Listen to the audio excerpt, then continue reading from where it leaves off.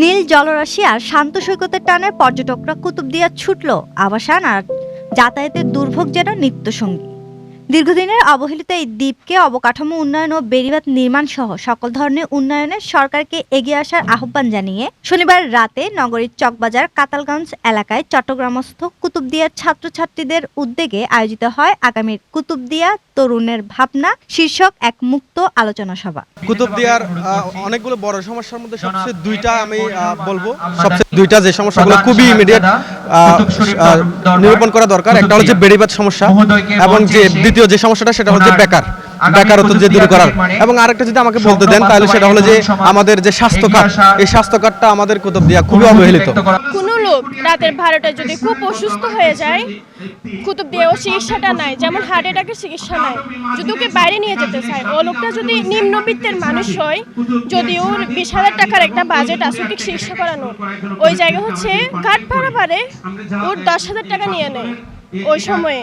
কারণ ওই সময় হচ্ছে কোনো ঘাট নেই, ওটা রিজার্ভ করতে হয়। তাহলে ওই নিম্নবিত্তের লোকটা কি করবে?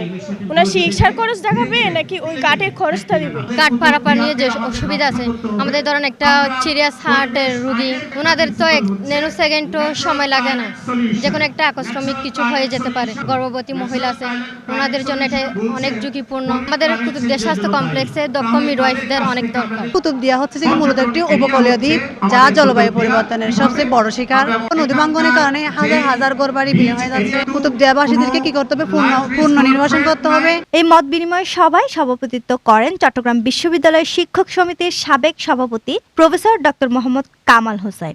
অনুষ্ঠানে প্রধান অতিথি হিসেবে উপস্থিত ছিলেন কক্সবাজার 2 আসনের সাবেক সংসদ সদস্য AHM হামিদুর রহমান আজাদ। কুতুবদিয়াকে প্রথমে রক্ষা করতে হবে, এটা আমাদের একটা বড় স্বপ্ন। কারণ আমার ভূখণ্ড যদি সুরক্ষা না পায় তাহলে কোনো পরিকল্পনা করে লাভ নাই, অর্থহীন হবে পরিকল্পনা, সব বেচতে যাবে।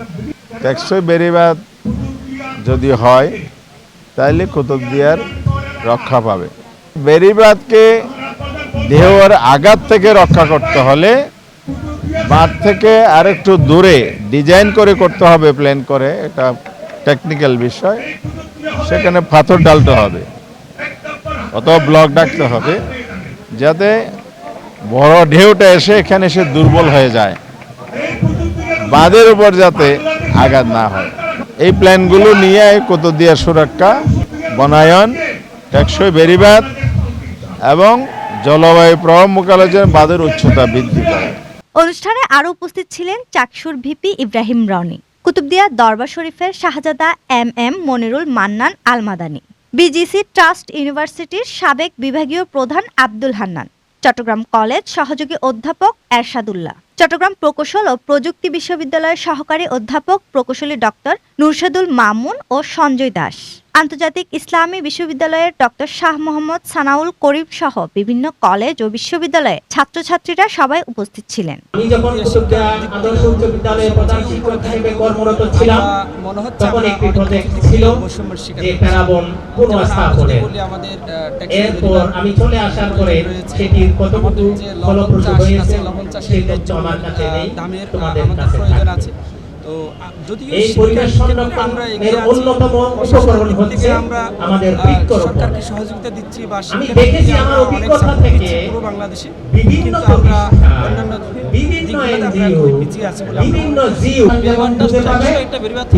মানুষ সুন্দর বসবাস করতে পারবো। আমাদের দেশের মধ্যে যদি বলতে চাই তাহলে আমাদের মালেকশা কুতুবদিয়ার জন্য ওই জন্য আমাদের বেশিরভাগ বেড়িবাঁধ এবং যাতায়াতের ব্যবস্থাটা জানাই। তাদের মতে বিচ্ছিন্ন এই জনপদকে আধুনিক প্রযুক্তির আওতায় আনতে পারলে বদলে যাবে স্থানীয় অর্থনীতির চিত্র।